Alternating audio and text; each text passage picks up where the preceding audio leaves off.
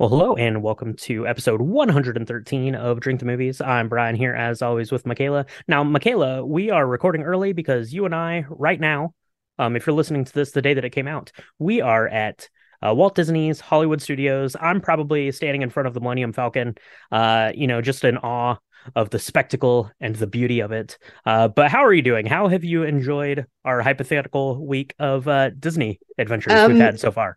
I want to say, just looking into the future, my feet are probably pretty tired. Mm, hmm. I'm gonna have clocked thousands and thousands of steps. I'm gonna have some highs and some lows on some ride. I'm gonna really try and not be the parent that ends up screaming at their kid at 3 in the afternoon because I'm tired and they're tired and it's nap time for both of us. And we decided to skip that because we're at Disney and it's the happiest place on earth. So I'm Yeah. really gonna try and have a Zen Disney experience. Mm. Yeah. So that's what I'm gonna say. I don't know how many movies we're gonna have watched that week because we'll be so tired. We'll be very tired. Now we did schedule a day off right in the middle, which just happens to be on Oscar nomination announced or Oscar finalist announcements for the categories on our day off. So we will be able to watch those and check in on those. So that'll be fun. We can start getting our list together and see what we need to get watching as soon as we get back. But very excited about the trip and very excited about talking about this week's movies. It's one of the all time great movies, maybe the greatest of all of the war films ever made, and that is Saving Private Ryan. So why don't we do this, Michaela? Let's take a quick break. We'll go whip up a cocktail to honor this film, and we'll be right back to tell everyone how to make one. So this week we're going into northern France to pay our respects to the men and women who stood against tyranny in the Second World War and raising a glass of a nifty little riff on the gin and tonic by highlighting the flavors of the region in our Normandy flower. Yeah, that's right. Absolutely. It's a lovely little cocktail. It is a lovely name, Normandy Flower. And if you ever have the opportunity to make your way to Normandy, to the American Cemetery and to the landing beaches there, it's a beautiful area and they have some beautiful flavors. Michaela, you and I have both been fortunate enough to visit the American Cemetery there in Normandy and pay our respects and just kind of absorb it. It's a very somber and beautiful place. Very very kind of haunting still to this day, as a lot of it remains unchanged, and just the amount of respect to we're here in the United States, but also to England and to Canada and all the countries around the world who also landed on the beach that day. It's just like I said, it's a beautiful and haunting place. So if you ever have the opportunity to go, I think you definitely should, and you'll definitely run across some of these flavors that we have today. So let's get into this cocktail a little bit. So this recipe, there's the Normandy flour you can find on a bunch of different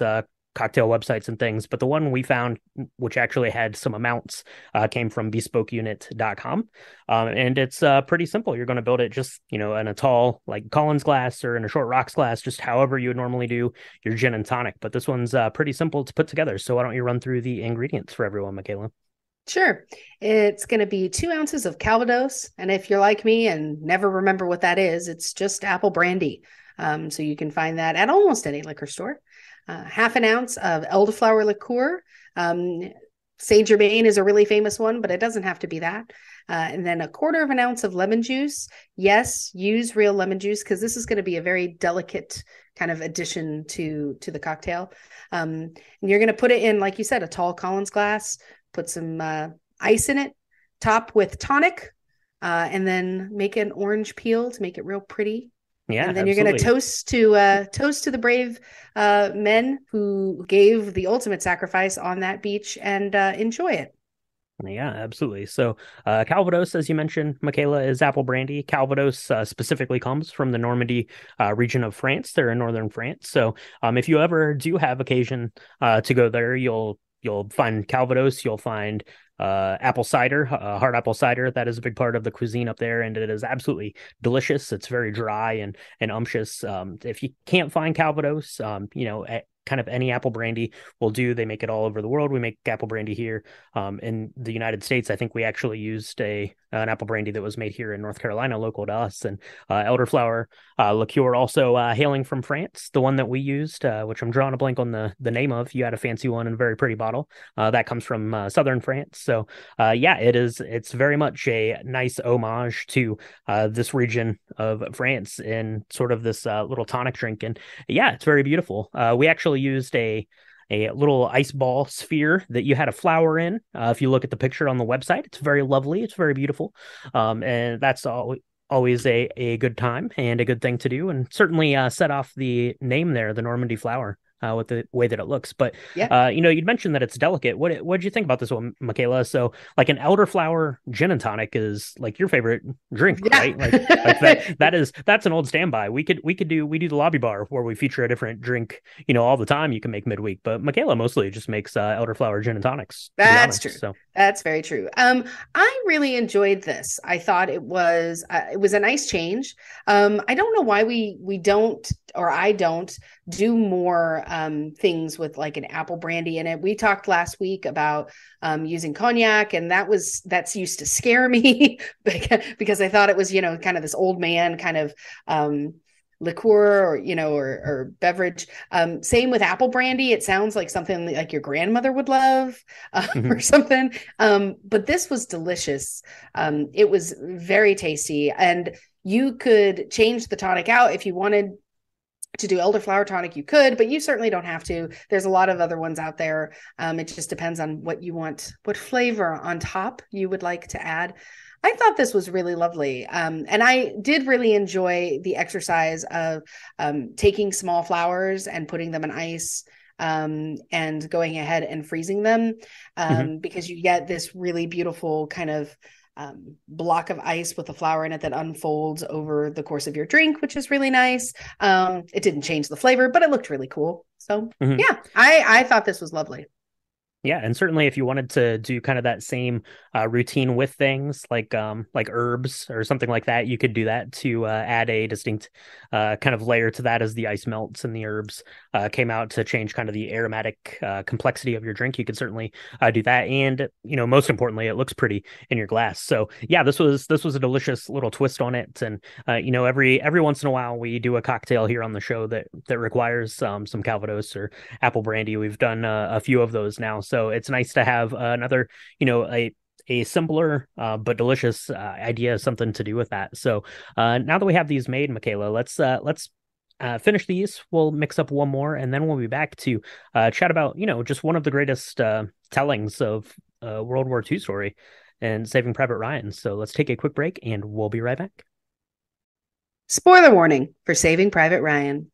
If you've not yet seen this film, we're going to talk about it. We're going to talk about all the things. And I have to tell you that this was the first film that was spoiled for me as a person growing up, and nothing made me angrier. So I'm going to give you all the chance that I never had. And you can press pause. You can go make yourself a Normandy flower. You can carve out 3 hours of your day and you can watch it. And then you can come back and we can chat about it, because we're going to talk about it, all of it. And you're going to be really upset with the end if you're listening. I just promise you will. So yes, you've been warned. Yeah, this one does have for being a war story, it does have actually a pretty good twist to it, and definitely kind of pulls this little red herring at the start. So yeah, so definitely if you haven't seen it, and you're of age to see something of this content, you should definitely should. It's definitely worth your time to watch. So with that in mind, Michaela, this was released in 1998. It was directed by Steven Spielberg, and it stars Tom Hanks as Captain Miller and Matt Damon as Private James Ryan.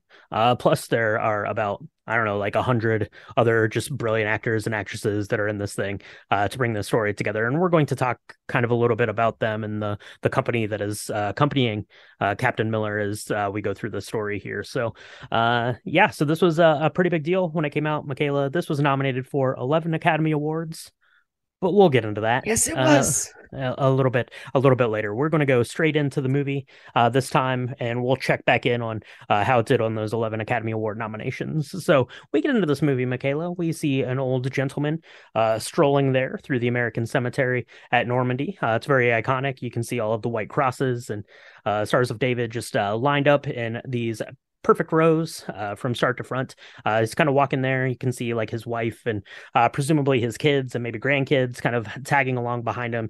He is walking until he finally stops in front of a tombstone, sees the name, and kind of closes in on these very, very blue eyes. And then the scene changes to another set of very, very blue eyes, standing on a landing craft that is making its way from the coast of England to the coast of France, which took about 24 hours. So I can't even imagine that, and can't even imagine the horrors that unfold when that door drops down.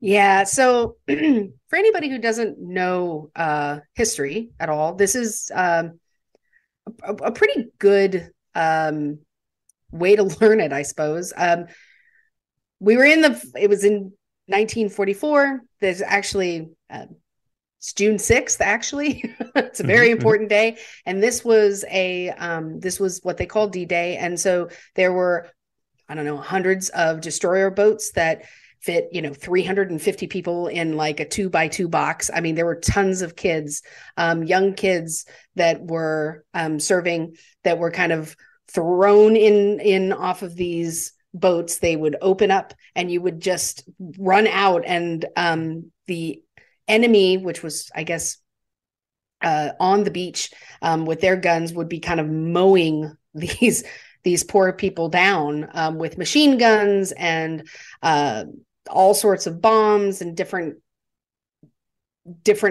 guns and firepower all over the beach. And so we see Tom Hanks's character. He's in one of these boats. As you say, his name is Captain Miller, and it's his group. You don't know how many there are. There's so many of them in this boat. And then they say, okay, here's the plan. They're kind of shouting it over these waves. I love the cinematography of this portion. I mean, the first 20 minutes are really iconic, but this part I love a lot because the camera moves with the ocean, so you feel a little seasick. And I think that was definitely by design, because, of course, when they open the doors and the soldiers start running off, they're immediately getting cut down by all of these bullets that are kind of racing through. So then they get this idea to go over the side. That's really hard to do because they're in 10 or 20 feet of water, and they've got a lot of heavy equipment on. And so you're seeing like it very in your face, like this harsh reality of war. And I mean, that's just the first like minute into this scene. And it just gets so much worse after that.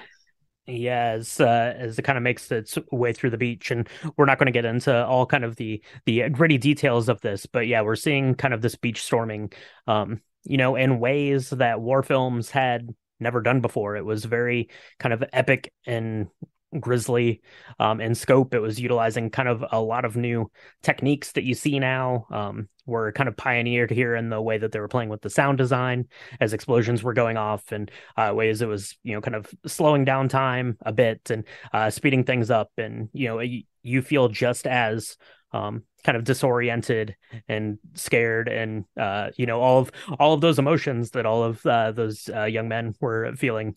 You're feeling that here, and you mentioned kind of the cinematography for this, and looking back on it, I think that was one of the really kind of brilliant things that Steven Spielberg did here in this section. And if you're listening to this now, you've seen the movie and you know how kind of impactful this first 28 minutes of this movie are. But now I think if you were doing that and something in a war film that you're doing today, you'd use a lot of CGI to really kind of blow up the scope of this, and you'd see kind of further down the beach, and certainly this did that to an extent, but it felt very big in scale, but very small kind of in scope, as you're really kind of honed in on this group of people coming off of this boat, and it just makes it kind of all that much more impactful as they're trying to figure out how to go, right.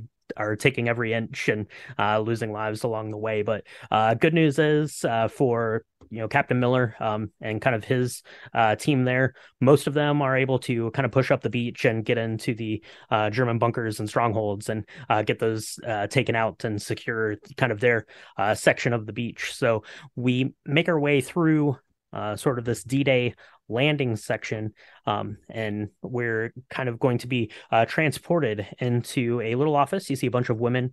They're sitting at typewriters, and they're writing up the telegraphs that are going back home to the mothers and fathers and wives of people who did not fare so well on that day and any of the days of World War II. And one of the women there notices something as she's typing up a letter. Yeah, and I don't know. I mean, if this is how this would have happened, but you see this again. The cinematography here is really impeccable. It's so cleanly done because she gets up. You can see her in the scope of. There's probably 5 or 6 ladies in kind of a line of desks, and you see her walk to another desk, pick up another letter, and then she walks to another desk and picks up another letter, and it's all in one movement. And then you see her take these letters over to this kind of office with like an officer in it who's looking at it, and then they walk together over to the general's office, and they're talking about how these 3 letters are representative of these 3 boys that are the Ryan brothers, and 4 of the Ryan brothers, or all 4 of the Ryan brothers, are enlisted, and they were all fighting in different areas of the world, and 3 of them have passed in like the last week and a half. And so it looks like their mother or their family is going to be getting telegrams of their death at about the same time. Now, watching this now, this was a very tough moment to take in as a parent, because I can't even imagine losing one, but losing like 3 human beings that you created. It's very, it's just completely, I don't really have words for it. And the way in which this part of the film was filmed, and the scope where you have the mother doing dishes, and she's in this, I think they're from Iowa, and it's a very grand kind of vast space where the farm is, and there's not a lot of action. There's one road, there's one car coming down the road, and you can tell she notices that it's definitely a military car that's coming down, and that can never be good news when all 4 of your sons are away at war. And so the scene where she's going to get these telegrams, and she kind of stands and tries to stay upright, and she can't really, because she knows that they're going to be delivering bad news, and she doesn't yet know that it's bad news times 3. It's really just very heart-wrenching to watch, especially after you've just watched 30 minutes of what those boys probably went through, whether it was on D-Day or something very similar to that. Just really, really strong, very strong, and very hard. Yeah, it's very difficult to watch. As you said, you see that car pulling in, and as a mother or parent or spouse, you know exactly what that car is there to do but get the news of 3 of your children there on the same day, and you see kind of someone from the War Department, I guess, whoever is delivering the telegram, and a priest coming out of the car, and she just kind of collapses to the ground. So very, very hard stuff, but we get tasked with the mission, right?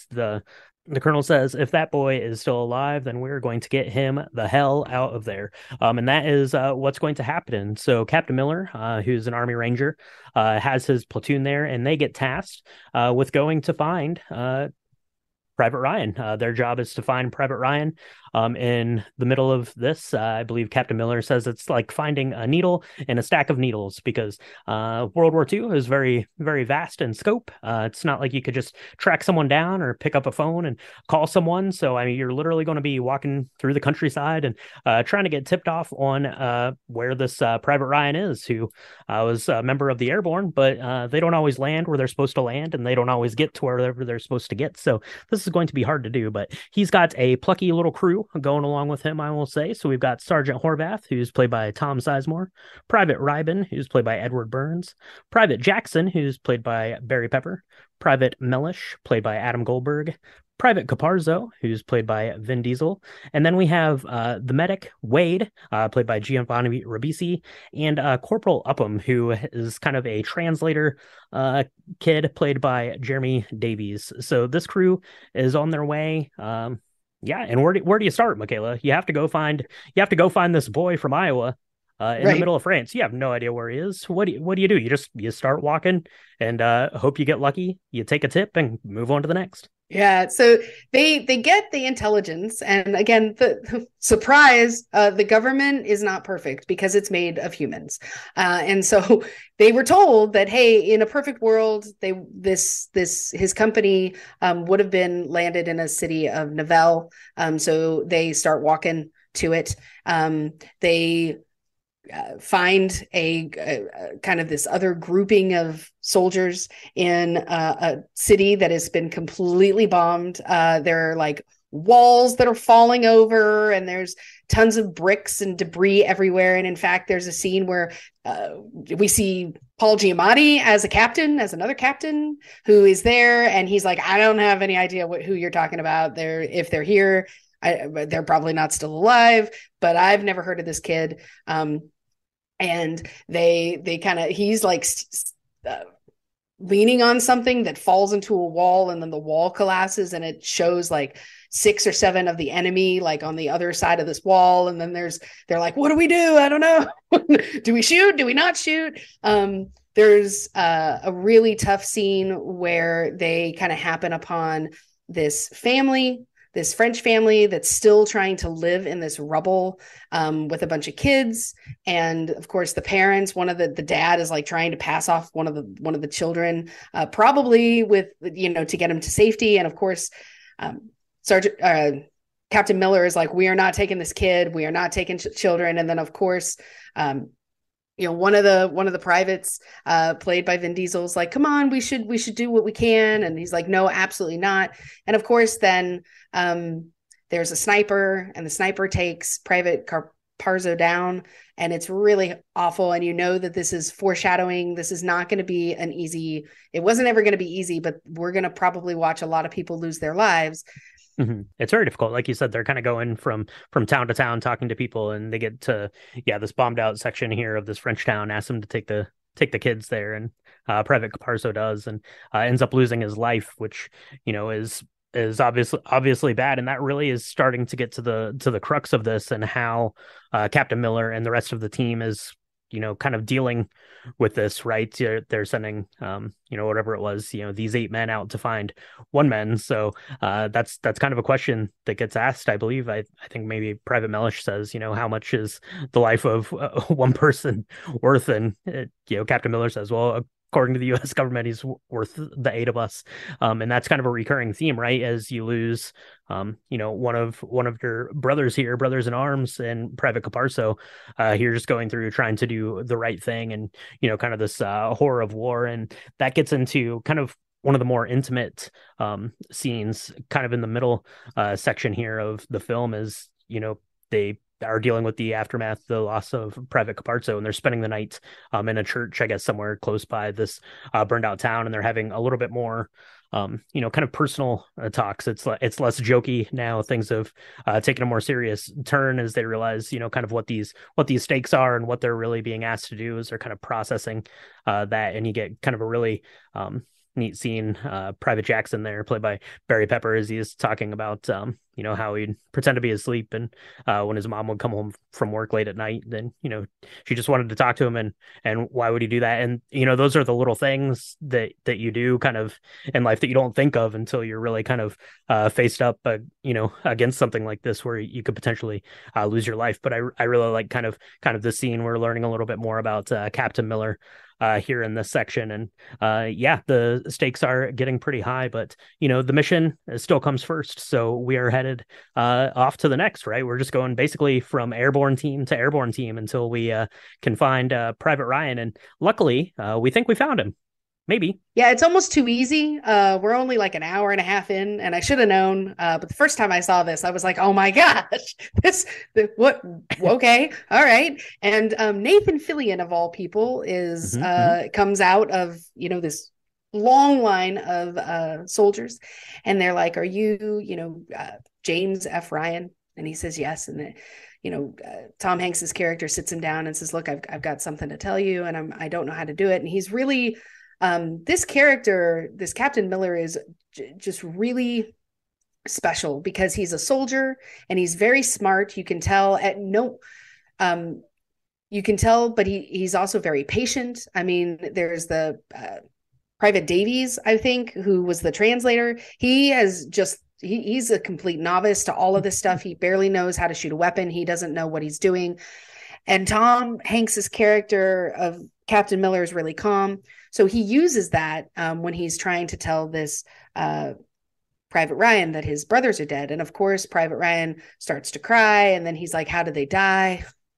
And that's when you know something's kind of wrong because, of course, Captain Miller says, "Well, they died in combat." And Private Ryan says, "Well, that can't be true. They're in grade school." And then you realize that this is not the right Private Ryan at all. Yeah. And they're like, "Are you from Iowa?" And he's like, "No, I'm from Minnesota." And it's like, oh my gosh. And you can see Captain Miller's the acting here is so great because he kind of rolls his eyes and he's like, "All right, well, okay, well, yeah, sorry to bother you." And he's like, "Wait, am I going home?" I mean, because they told him because your brothers are dead, you have to go home. Are you And sure so my he's brothers are okay? Yeah, and I'm sure they're it's fine. he's like, "I'm sure they're fine. It's fine. Sorry about that." And so it's really very telling because Captain Miller is really kind of the pulse and he's so calm even in the wake of all of this horrific tragedy around him. He really keeps it together. Hmm. Um, but it's taking a toll. You can see throughout this part, by this point, you see that one of his hands is really shaking and he doesn't really understand why. He talks about in that church scene you were talking about, he kind of talks to one of the other captains, I think played by Ted Danson, actually. Everybody's in this film. And he's saying, you tell yourself that, when someone dies under you, it's because we saved so many others. And he's Hmm. like, that's how I have to think about it, or else I'll just completely go crazy because he's lost so many people. And it had nothing to do with him. But of course, he bears that responsibility. And he does it with such grace for almost all of this film. It's truly astounding. And it's probably one of the reasons why they get as far as they get as a team, because Hmm. when they are fighting about, hey, I think this is stupid, why are we all putting our lives on the line to go save this one guy, and he's trying to explain to the team that, hey, there's a mother out there that's going to be told 3 of her 4 sons are dead, like that's why we're doing it. And they're like, well, I don't care. Ed Burns' character, Private Reben, is like, I don't care. This is stupid. And they're not so nice about it. And rather than fight with them, he has this really calming way of dealing with them. Hmm. But it's great because at the end of this scene, you've got a sigh of relief because you're like, well, I'm glad his brothers are okay. And they're like, well, this isn't it. But he kind of rolls his eyes. He's like, yeah, I'm sure the kids are fine. All right, we got to keep going, guys. Grab all Yep. your stuff, grab your gear. Let's That's go to the next city. That's right. Yeah, on to the next. You get a couple more kind of really impactful scenes through here as they're moving their way from airborne company to airborne company. There's a scene where they get up to the next commander and kind of gives them a bag full of dog tags that they're kind of sifting through. They're making a little light of it. These soldiers are kind of at their wits' end looking for Ryan now at this point. They're going through and kind of this other airborne team who look to be a little worse for wear are marching back, and they're seeing them, and the which obviously is going to sort of send a bad signal to your fellow combatants there as you're kind of making light of the people that they lost, as you're on your dogged pursuits of Saving Private Ryan. But the good news is that does lead us to a tip of where Private Ryan actually is the real Private Ryan, the one that we're actually looking for. He is in Ramel. He stayed behind to help defend a bridge. That's where he is, and that is where we are going. But we have one more sort of tumultuous task for Captain Miller and company is on their way to Ramel. They come across a German bunker. And Captain Miller decides that they need to take that out. His reasoning is that, you don't want the next, team squad of guys behind you coming up to run into this bunker. So we're going to take it out. And why are we going to take it out? Because winning the war is our job, says Captain Miller. But, taking this bunker is not without its casualties either, as our favorite medic, Wade, loses his life in pursuit of turning over this bunker. Yeah, and it's none of this is easy. It's one of the hardest movies to watch for this reason. It's not the gore of it, because he dies pretty gruesomely and painfully over a course of a few minutes. It doesn't happen instantly, but the thing about this film, I think that why we're talking about it so long after it's been made, is that it really had this great balance of showing you the absolute horror of what people went through and doing it in a way that was not gratuitously violent. We've all seen we've all seen very violent films that went way over the top, and it really detracted from this. And I thought that this scene did a really good job of showing how these band of brothers really came together. Wade was the medic, and so they don't really know what to do. And so they're trying to put pressure on the wounds. They're, checking to see, because he's been shot. So they're checking to see where the bullets are. He's trying to talk him through it. He's not really able to talk. And then at the end, they just ask, tell us what to do. And he says, well, I could really use some morphine. And so they give him all the morphine they can, so at least he is not in agony, and they just kind of hold him, and it's really hard. It's really hard. Mm-hmm. I'm all teary talking about it. Sorry. Yeah, it's a tough one for sure. And you mentioned it's not gratuitous violence and gore. It's very justified kind of violence and gore in what you're seeing, because it certainly is very violent. It's very very gory, but it's within the confines and context of what World War II and these battles were. So it feels very real. It feels very personal as you're watching it, and you're seeing Wade being taken care of there. And they do capture one of the German soldiers from this who they dig the grave for Wade. But Captain Miller makes the decision to let this guy go. He says he's a prisoner of war. We're sending him off to the next unit, and they let him go on his way as they're still in pursuit of Private Ryan. And that is where they get to Revel. They meet Private Ryan there, tell him that his brothers have died, and he responds in the way that I think a lot of soldiers probably would have, right? Like, my brothers died, which is sad, and you get some really great stuff with Matt Damon kind of processing that information later as he's telling a story about him, and just this really great scene. But he says, why do I get to go home? Everyone else here has fought and been hurt and are dying and seeing all of the horrors of war, the same as me. Why am I more deserving of that just because my brothers died? And Captain Miller's kind of had his fill of this at this point, right? He's like, I don't care. If you don't want to go, you're going anyway. We've lost two of our guys. We've been searching for you for who knows how long at this point. And they get there, but they do decide finally to kind of stay there. They're going to help protect this bridge until some reinforcements can get there. And we get kind of one last little battle standoff as the Germans and the tanks are getting ready to roll through town towards this bridge here, and kind of the final head of our war story following Captain Miller around. Yeah. And it's interesting because they're trying to protect this bridge. This is the one time when Captain Miller does kind of lose it. And it's heartbreaking because he's kept it together for so long. it's been really hard because he feels, again, it was his decision to try and take out this bunker. It was his decision, and now they've lost people. And uh, Private Ryan is not unappreciative of that.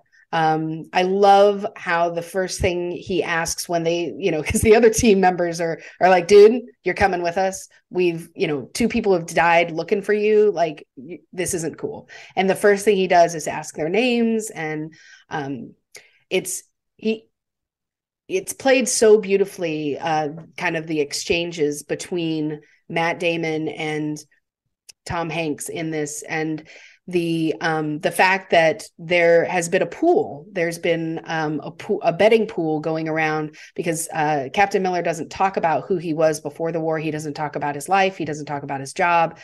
So it's this big mystery. And while the team is fighting over, with Ryan about, hey, you're coming with us. This isn't cool. This isn't fair. We've come all this way. He finally lets everybody know who he is and what his role was. He was a school teacher, and probably because he was a school teacher, he read the manual, and so he's got all of these kind of ideas tucked away about these bombs that they can use, that they can make with kind of household goods that they have on their person, and ways that they can help defend this bridge.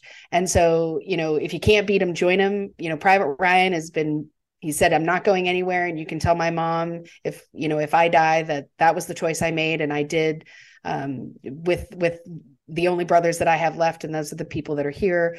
And so the whole team kind of rallies and says, okay, we're going to help defend this bridge. And that ensues like the last big battle of the film. And you see basically the death of almost every single person that came to save Private Ryan.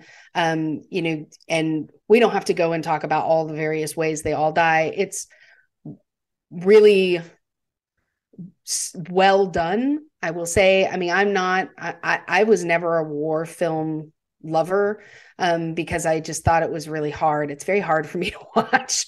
And I'm really privileged because I get to watch it, and I've never gone to war. So now I make myself, but the scenes are so beautifully, like, the set design is amazing. The special effects that they do, or the effects, I don't want to say special effects because none of this is CGI, I don't believe. The way that they engineer, like the buildings falling down and the explosions and the tanks that come through, and all of that is really just sweeping and had to have been painstakingly handled in order to achieve the effect. And yeah, so we get kind of this final head, as I mentioned. You got the German soldiers and tanks are coming into town, and they're trying their best to kind of stave off this attack, to defend this kind of last bridge. I think they say that there's only like 2 bridges left, like in all of France, basically, or right. At least over this river, whichever wherever that is.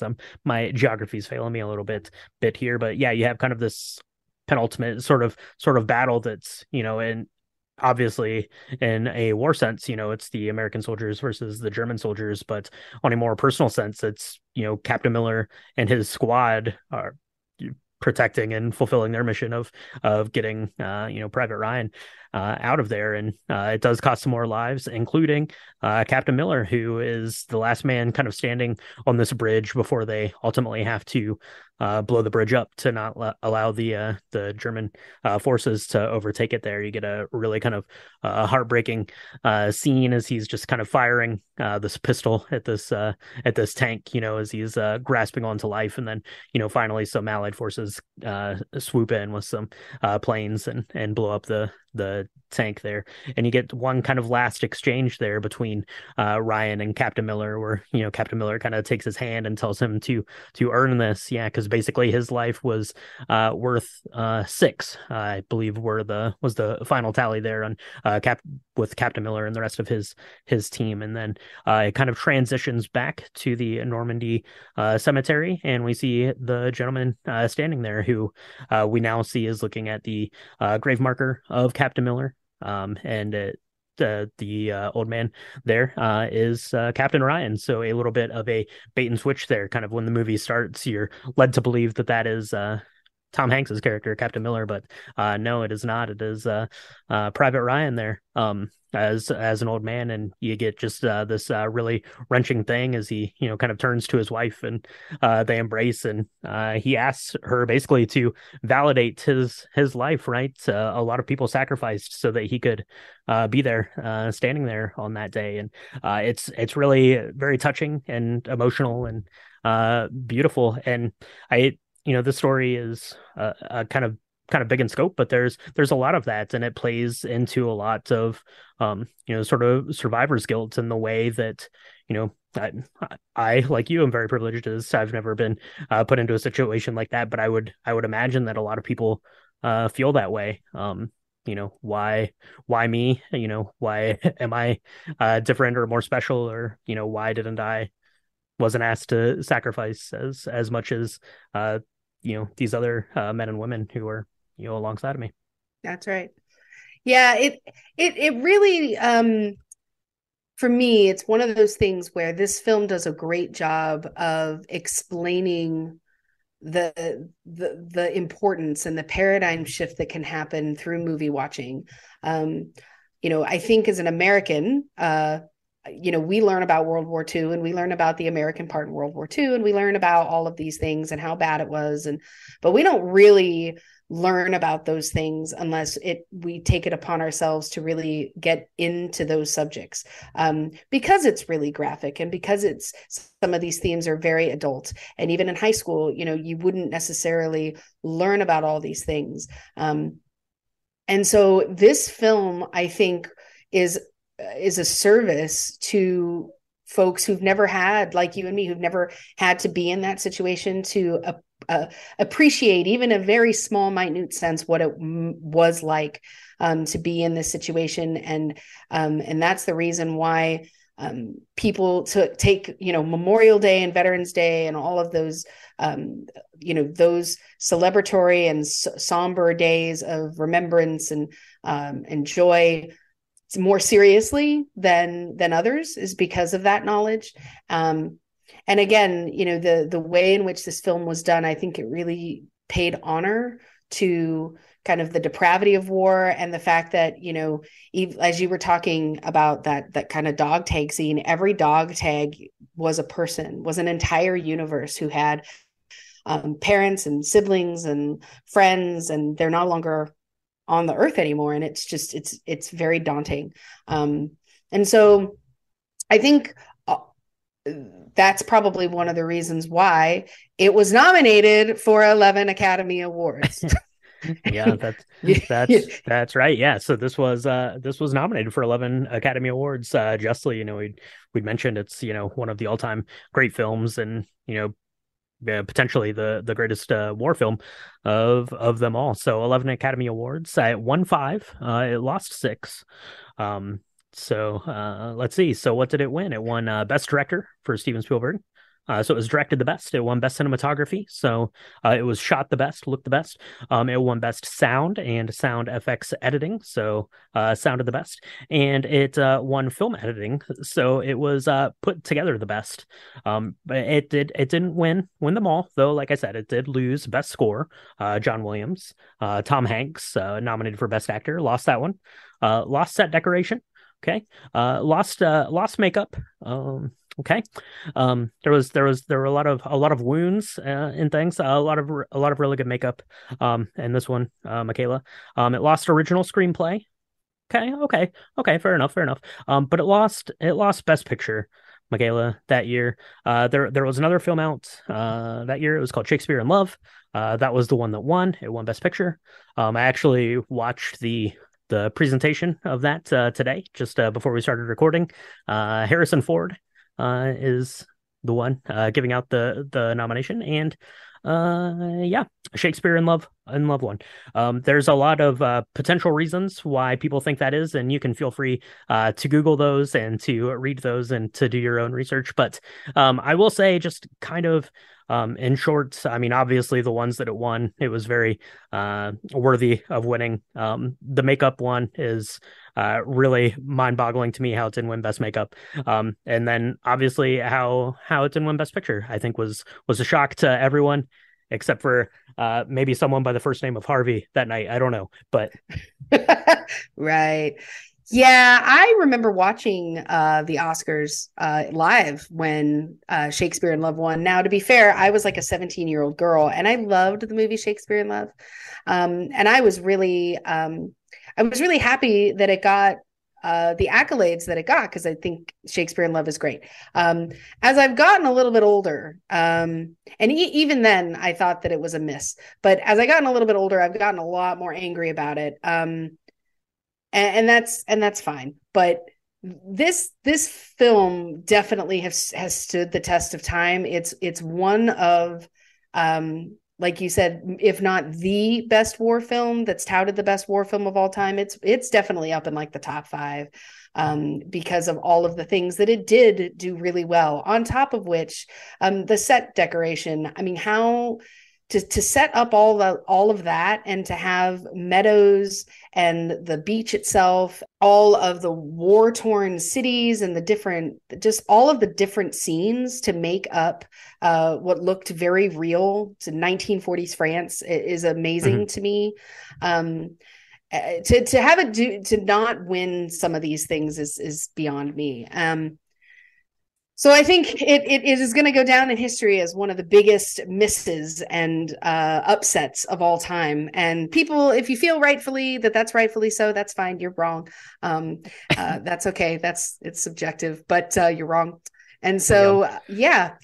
Yeah, I mean, Shakespeare in Love, it's a good movie. And maybe any other year, I don't know, but Saving Private Ryan to me is kind of transcendental. It's one of those movies that, kind of ticks off a mile marker in what cinema can be. And if you watch any sort of war movie or action movie or anything that's even a little bit actiony, I guarantee that it's doing something that Saving Private Ryan created in 1998. So moving on from the Academy Awards that night. So Michaela, this came out in 1998. We were in high school. I remember myself in high school. It was a field trip. We all had to get our letter signed from our parents that we could go with the history class to go and see Saving Private Ryan. World War II. Preservation was actually a really big deal to one of our history teachers in high school, and kind of collecting that. And that was really it was something that was neat at the time, and even now looking back on it, it's more so neat as the number of men and women who experience this time is really dwindling. So these stories get, more and more important to preserve and to teach people about, so we can, avoid things like this in the future. But what about you, Michaela? Do you remember seeing this about the time that it came out? It was kind of a big deal. I don't know if you remember. This was obviously, it was very, very triggering. We didn't even know that the word triggering, but it caused a lot of like PTSD for veterans and things who went to see it. I remember there were special like hotlines set up for former veterans to call in who had seen the movie and things like that. I remember just from that standpoint too. But what about you? I don't want to get in your way there. Sorry. Oh, no. So I did see this. I waited until it was out. It was out in the summertime. It came out, and I was able to get the box, VHS tapes, because I think that's what we had still back then. Maybe not. Maybe we were in DVD land. But I remember it was summertime because I went to France that summer, and that was when I saw the beach. And that is when I went to the memorial cemetery there. And I remember, even though it was long distance and I thought I'd get in trouble with my dad, I called my grandpa, who was on one of the destroyers on D-Day. And I told him that I'd been there. I didn't tell him I'd seen the movie because I didn't know how he would take that. He wasn't really a big movie person, and I didn't want him to think that we were making light of it or anything. But I remember he asked me if the beaches looked pretty, and I said they did. And he said, well, I'm glad they do today, because they weren't pretty the day that I was there. And I never really asked him about anything else. He never talked about it. And it was my dad actually that told me I should go. And as 17, I was like, Eiffel Tower, woohoo. And my dad was like, you should really make sure you go do this, because your grandpa was there, and he was like one of two people on his boat that survived. And I had no idea. So I think you're right, though. I mean, it's it's so important. This is a film I can't wait to show my son. Obviously, he's too young to see it now, but I can't wait to show him because, we have a lot of opportunity to never have to fight like that again. If we can learn from the mistakes that we have made as a society and the choices that we've made. And so, I'm really very grateful that this film was made. And I think it did a really good job of being, entertaining is not the right word, but paradigm shifting and being impressionable and also being respectful. There's a lot of badly done war films, and we can talk all about them at some point. But I think that this really did a just an amazing job. And so that I saw it then, and I have not seen it since I watched it last night because it's so hard for me, and I'm become an emotional wreck. I can't even talk about it. We've had to. Poor Brian's going to have to edit out like half of the stuff on this podcast. Sorry. Yeah, there's something very special about it in that it doesn't glorify it in any way, but it also doesn't, really drag it through the mud either, in a way, so to speak, right? It doesn't, take it. I don't even know how to phrase what I'm trying to say, but it doesn't. It's not glorifying, Captain Miller and his company, and it's not, condemning them. It's just, telling you this is this is what it was, right? It's very just putting it out there, so to speak. And then this kind of spurred on Steven Spielberg and Tom Hanks to go on and kind of create and produce Band of Brothers, which was an HBO kind of series that lasted for 10 episodes. This little series of that, it did very well. It won a bunch of primetime Emmys. It's excellent if you're interested in those kind of stories at all. So you definitely can search that out and check it out. And it was just it's a really good movie. I don't know if we did it any sort of justice, but it was important to talk about, and especially now as we're kind of in Oscar season, and kind of the cultural and the I don't know the Academy ramifications of what that was and what went down. And like I said, if you have any interest in that, I encourage you to go ahead and Google 1999 Oscars, and you'll be up to your eyeballs and things to read about all the people's opinions on it. And now you have ours too. So with that in mind, Michaela, like I mentioned, Oscars, they're coming. We've got the nominees are out this week. We watched those. Took a break from our vacation to check out the nominees. We're going to be doing some extra Academy Award bonus coverage over on our Patreon. We're going to be doing little mini episodes for the movie of the year contenders, probably some other stuff. So you're going to want to make sure you follow along on Patreon. It's a great way to support the podcast if you're interested. It's patreon.com/drinkthemovies. And next week on the main show, Michaela, we're going to be talking about another really good film, one I'm excited to check out again. I haven't seen it in quite a while. That is The Fugitive. So we've got a good cocktail coming for that one and a good movie. So we'll have a good conversation about that. So let us know at home if you've listened through this, if you make yourself up a Normandy flower, or what your thoughts are about Saving Private Ryan, and what your thoughts were about that very tricky Academy Awards from 1999. We want to know all of that stuff. So you can take pictures and send us your thoughts and comments on our social media. It's at Drink the Movies on Twitter and Instagram and Hive. It's facebook.com/drinkthemovies. If you want to see pictures of our cocktails, you can do that at drinkthemovies.com.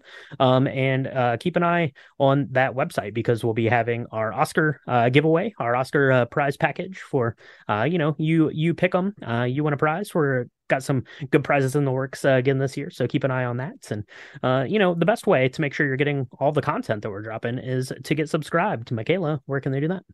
You can find us on Apple Podcasts, Spotify, Stitcher, Good Pods, anywhere where Anchor podcasts are distributed. And we do 2 drops a week. And we are loving that.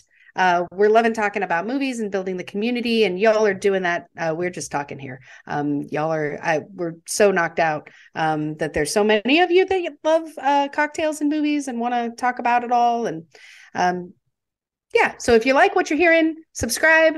If you really like what you're hearing, tell your friends. We want to We want an entire world full of cocktail movie watching love. That's right. Yeah, absolutely. So, with that in mind, Michaela, we've just talked about one of the greats, but I think we need to decompress just a little bit.